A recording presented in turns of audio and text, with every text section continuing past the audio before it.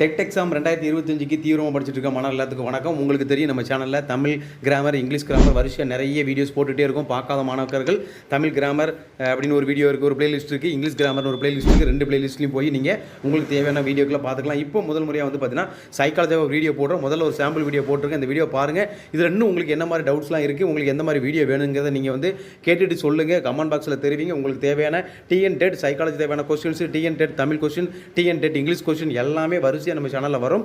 மாணவர்கள் தொடர்ந்து பாருங்கள். அதை விட முக்கியம் சேனலை சப்ஸ்கிரைப் பண்ணிக்கோங்க. நன்றி. இந்த வீடியோவில் நம்ம உளவியல் வரையறைகள், அதாவது டெஃபினிஷன் ஆஃப் சைக்காலஜி, அதை தான் பார்க்க போகிறோம். சம் ஆத்தர்ஸ் சொன்ன ஒரு சில டெஃபினிஷனை நம்ம பார்க்கலாம். உளவியல் என்பது மனிதனின் நடத்தையின் காரணங்கள், நிபந்தனைகள் ஆகியவற்றை பற்றி படிப்பதாகும். அப்படி சொன்னது வில்லியம் மெக்டூகல். நெக்ஸ்ட்டு, உளவியல் என்பது மனிதனின் நடத்தை, மனித உறவுமுறைகளை பற்றி படிப்பதாகும். இதை சொன்னது லெஸ்டர் க்ரோ மற்றும் Alice Crow. Third one, LF ஃபோரிங் அப்படிங்கிறவர் என்ன சொல்லியிருப்பார்னா, மனிதனின் இயற்கை பற்றி ஆராய்வதே உளவியல் என்கிறார். அதாவது மனுஷனோட இயற்கையை பற்றி படிக்கிறதா என்னது உளவியல் அப்படின்னு யார் சொல்கிறான்னா எல்எஃப் போரிங்.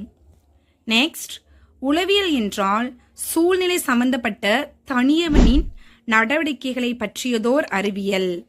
அதாவது சைக்காலஜி அப்படின்னா அந்த சுச்சுவேஷனை, யார் அந்த சுச்சுவேஷனில் இருக்காங்களோ அவங்களோட ஆக்டிவிட்டி, அதை பற்றினது தான் சைக்காலஜி அப்படின்னு யார் சொல்கிறான்னா ஆர்.எஸ். வுட்வொர்த்.